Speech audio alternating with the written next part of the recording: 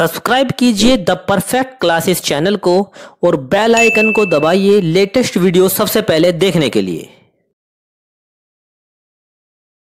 And the perfect classes में आप सभी का स्वागत है। शिक्षा निदेशालय राष्ट्रीय राजधानी क्षेत्र दिल्ली की वर्कशीट नंबर 2 डिस्कस कर रहे हैं। पार्ट 1 से वर्कशीट ली गई है। पार्ट 1 संसाधन से 9 अप्रैल 2021 की वर्कशीट है। क्लास 8th के बच्चों की। विषय है सामाजिक विज्ञान, ठीक है, और टॉपिक है प्राकृतिक संसाधन। विद्यार्थी अपना नाम भी लिख लेंगे, शिक्षक का नाम लिख लेंगे। तो स्टार्ट करते हैं वर्कशीट। तो पढ़ते हैं इसके बारे में। वर्कशीट 1 में हमने जाना था कि वैसे सभी चीज़ें जिनकी कुछ उपयोगिता अथवा प्रयोज्यता होती है वह संसाधन कहलाती हैं। जो भी बच्चों हमारे लिए यूज़फुल होती है जो चीज़ें, वो संसाधन कहलाती हैं। इस उपयोगिता का कोई आर्थिक मूल्य हो या आवश्यक नहीं, मतलब कोई भी ऐसी चीज़ जो हमारे लिए आवश्यक है, जिससे हम कुछ सामान तैयार करें, भले ही उसकी कोई कीमत ना हो, लेकिन उससे हम कुछ सामान तैयार कर सकें और फिर उससे आर्थिक मूल्य रखता हो वो चीज़, तो उसकी क्या होती है? उपयोगिता होती है। जैसे एक मनोरम भूदृश्य का कोई आर्थिक महत्व नहीं है, लेकिन वही धातुओं या जीवाश्म ईंधन का आर्थिक मूल्य होता है और दोनों ही हमारे लिए महत्वपूर्ण संसाधन है। अब प्रश्न उठता है कि क्या सभी संसाधन जो हमने पिछली वर्कशीट में वर्गीकृत किए थे एक जैसे स्रोत से प्राप्त होते हैं या अलग अलग स्रोतों से? आइए एक गतिविधि करते हैं।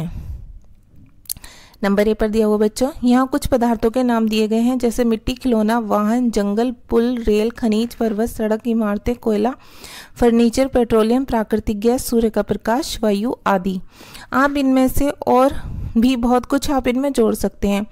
अब क्या आप इन्हें अन्य पदार्थों जो आपके परिवेश में उपलब्ध हैं को उनकी उत्पत्ति के आधार पर 2 समूहों में वर्गीकृत कर सकते हैं?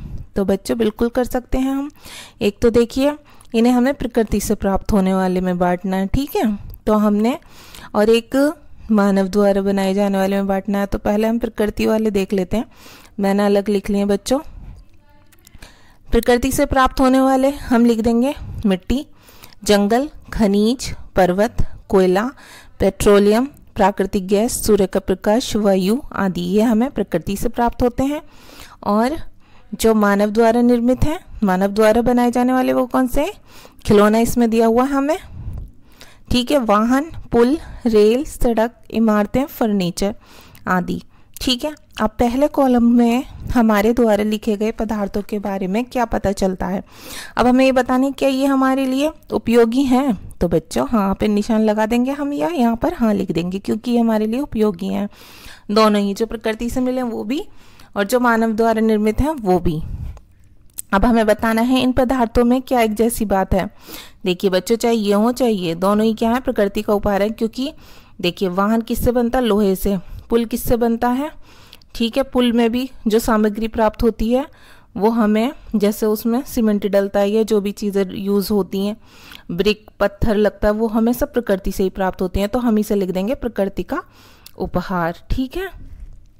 प्रकृति के उपहार तो सभी चीज़ें हैं जो हमें प्रकृति से मिला, हम उसी चीज़ को बनाकर अपने लिए यूज़ करते हैं, ठीक है। इससे हम क्या सारांश निकाल सकते हैं? कुछ पदार्थों द्वारा प्राप्त किए गए, कुछ पदार्थ प्रकृति द्वारा प्राप्त किए जाते हैं और जिनका उपयोग बिना किसी संशोधन के किया जाता है, उसमें मतलब बिना छेड़छाड़ के, उन्हें क्या बोलते हैं? प्राकृतिक या मानव निर्मित। तो बच्चों उन्हें प्राकृतिक संसाधन कहते हैं, ठीक है, उन्हें मानव निर्मित नहीं कहते, इसलिए इस पर हम टिक कर देंगे।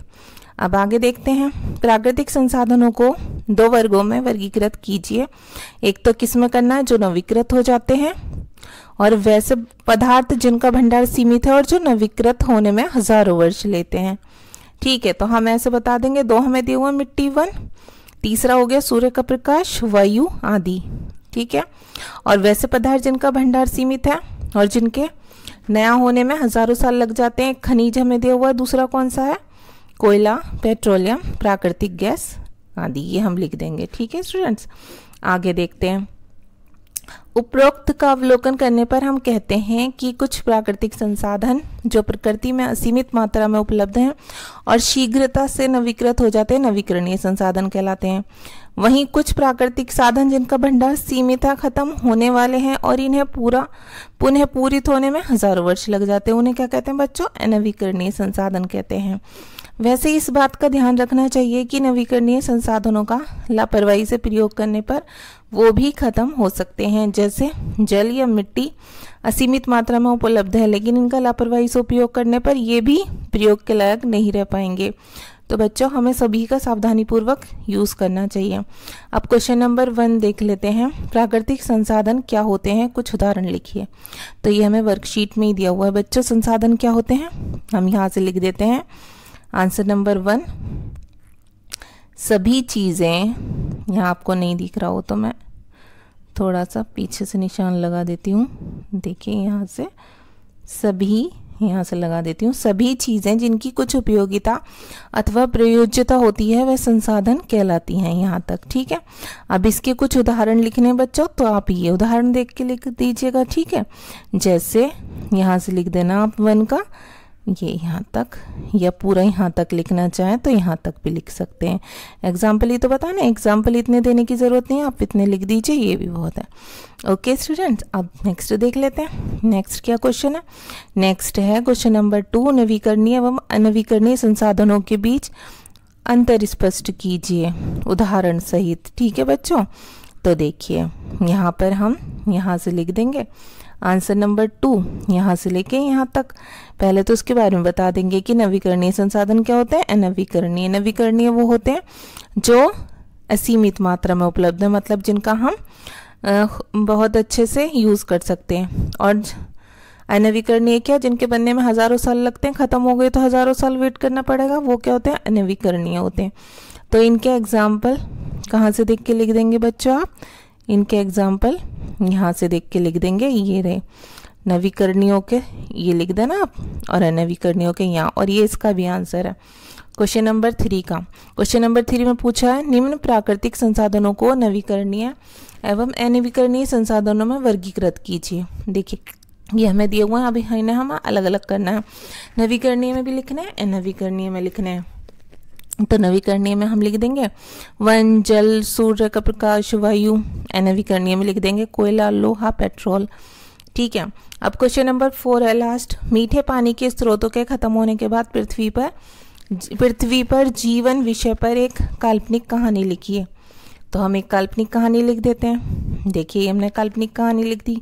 आंसर नंबर 4 में लिख लेना ये आप लोग। ठीक है, आंसर नंबर 4 डाल देती हूँ मैं। एक रात मैंने एक भयानक सपने में देखा कि पृथ्वी पर कुछ भी नहीं बचा है। सभी जीव जंतु, पशु पक्षी, मनुष्य पृथ्वी पर मृत पड़े हैं और दूर दूर तक भी कहीं पानी नहीं है। पेड़ पौधे भी सूख चुके हैं। किसी भी चीज़ का पृथ्वी पर कोई अस्तित्व नहीं बचा है।